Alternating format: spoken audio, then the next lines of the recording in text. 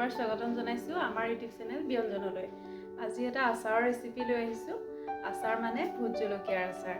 Vote জলকীয়াটো বহুত জ্বলা যদিও জ্বলা খোৱাসকলে খাই বহুত ভাল পায়। ইয়াৰ গোন্ধটোতে একেবাৰে খাওঁ খাওঁ লাগে। তেনেহ'লে পলম নকৰি ব'লকচোন ভিডিঅ'টো আৰম্ভ কৰোঁ। একেবাৰে পাকঘৰত লগ হ'ম। এয়া হৈছে 250 গ্ৰাম অৰ্থাৎ এপোৱা ভোট জলকীয়া।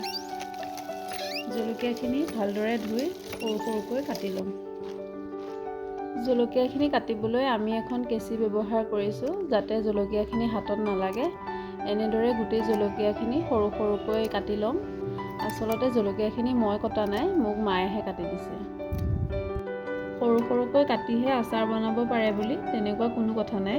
আপোনালোকে গোটা গোটাকৈও বনাব পাৰে। আমি সৰু সৰুকৈ এইকাৰণেই কাটি লৈছোঁ যাতে জলকীয়াখিনি সোনকালে শুকায় আৰু অতি কম সময়তে আমি আচাৰখিনি বনাব পাৰোঁ।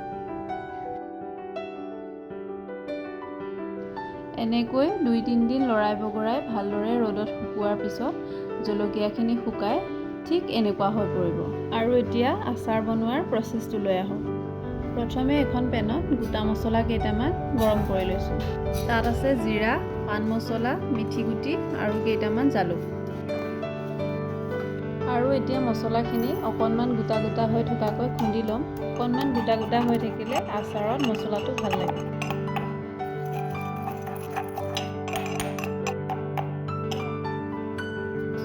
আচাৰত দিবৰ কাৰণে মিঠাতেলখিনি প্ৰথমে গৰম কৰি ঠাণ্ডা হোৱালৈ অলপ সময় থৈ দিলোঁ।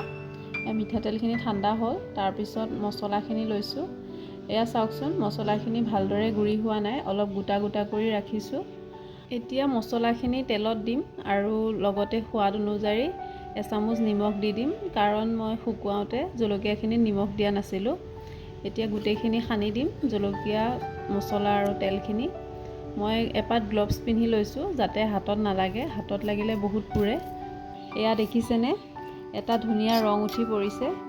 এতিয়া মই আচাৰখিনি এটা চিচাৰ বৈয়ামত ভৰাই থ'ম, তাৰপিছত আকৌ 2-3 দিনমান ৰ'দত দিম। ৰ'দত দিয়াৰ পিছত ইয়াত মই 2-3 চামুচমান নেমুৰ ৰস দি দিম যাতে আচাৰখিনি ভেঁকুৰ নালাগে। আপোনালোকে নেমুৰ ৰসৰ সলনি ভিনেগাৰো ব্যৱহাৰ কৰিব পাৰে। মই কিন্তু ভিনেগাৰটো ইমান পচন্দ নকৰোঁ, তাত বহুতো কেমিকেল থাকে। আপোনালোকে এই বিষয়ত কি কয়, আপোনালোকৰ মতামতটো জনাবচোন।